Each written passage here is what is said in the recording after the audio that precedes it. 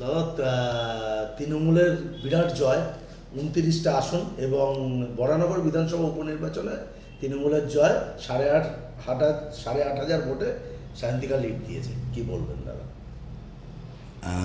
এটা আমাদের কাছে আশা করা ছিল, আমরা জানতাম।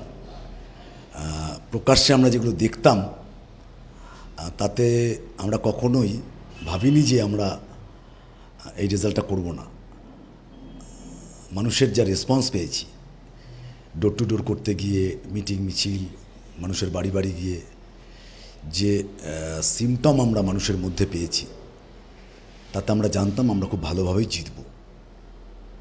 দাদা, সায়ন্তিকা ব্যানার্জি কাজের ক্ষেত্রে কোনো রকম ত্রুটি রাখেনি, যথেষ্ট পরিশ্রম করেছে, কিন্তু তাপস রায় যে ব্যবধানে জিতেছিল তার থেকে সায়ন্তিকা ব্যানার্জি অনেক কম ব্যবধানে। রাজনৈতিক প্রেক্ষাপটটা মাথায় রাখতে হবে।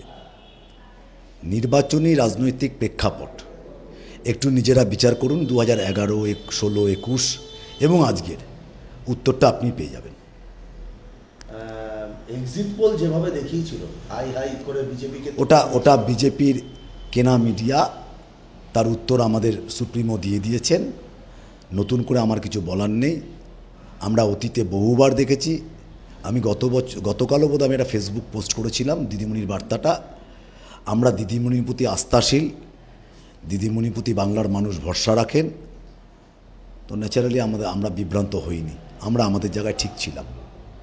অভিষেক ব্যানার্জি সেরা 7 লাখ ভোটে লিড দিয়েছে, যা সেরা সাংসদ মমতা ব্যানার্জি বলেছে, কি বলবেন এটা নিয়ে?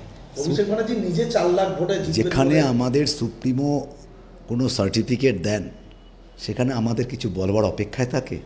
অভিষেক ব্যানার্জি তো সেরা সাংসদই, এবং তিনি প্রমাণ করেছেন। ডায়মন্ড হারবারে সে যাওয়ার সময় পায়নি, সারা বাংলা জুড়ে সে প্রচার করে বেরিয়েছেন দলের।